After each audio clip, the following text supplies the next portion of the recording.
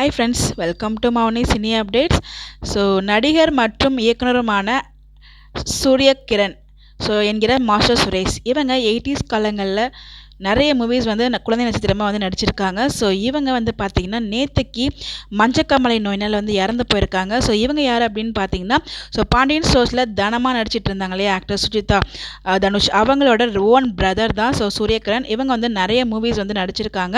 அதுவும் குழந்தை நட்சத்திரமாக பார்த்தீங்கன்னா 80s காலங்களில் வந்து கல்லுக்குள் ஈரம், மௌன கீதங்கள், டார்லிங் டார்லிங் டார்லிங், கடல் மீன்கள், நம்ம எல்லாருக்கும் பரிச்சயமான வேலைக்காரன் அப்படிங்கிற மாதிரி நிறைய மூவியில் வந்து ஆக்ட் பண்ணியிருக்காங்க. முந்தானே முடிச்சு அப்படிங்கிற ஒரு மூவியில் தான் நம்ம சுஜிதா தனுஷ் பார்த்தீங்கன்னா ஃபர்ஸ்ட் ஒரு குழந்தை நட்சத்திரமாக அறிமுகமானாங்க. அந்த மூவிலையுமே சூரியகிரனுமே ஆக்ட் பண்ணியிருப்பாங்க ஒரு குழந்தை நட்சத்திரமாக. இவங்க தமிழில் மட்டும் கிடையாது, தெலுங்கு, மலையாளம் சொல்லிட்டு அதர் லாங்குவேஜஸ்மே நடிச்சிருக்காங்க, டேரக்டும் பண்ணியிருக்காங்க.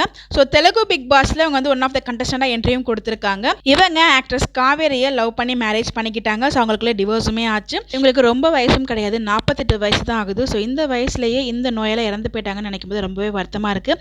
ஸோ மஞ்சக்காமலை வந்ததுனால ஹாஸ்பிட்டல் அட்மிட் ஆகியிருக்காங்க. ஸோ அங்கேயும் ட்ரீட்மெண்ட் பலனளிக்காதனால நேற்றுக்கு வந்து இறந்து போயிருக்காங்க. கண்டிப்பாக நமக்கே இவ்வளோ கஷ்டமாக இருக்கும்போது அவங்க குடும்பங்களுக்கு இது ரொம்ப மிகப்பெரிய வேதனையாக இருக்கும். ஸோ அதுலேருந்து மீண்டு வரணும் அப்படின்னு சொல்லிட்டு நம்ம கடவுள்கிட்ட ப்ரே பண்ணிக்கலாம்.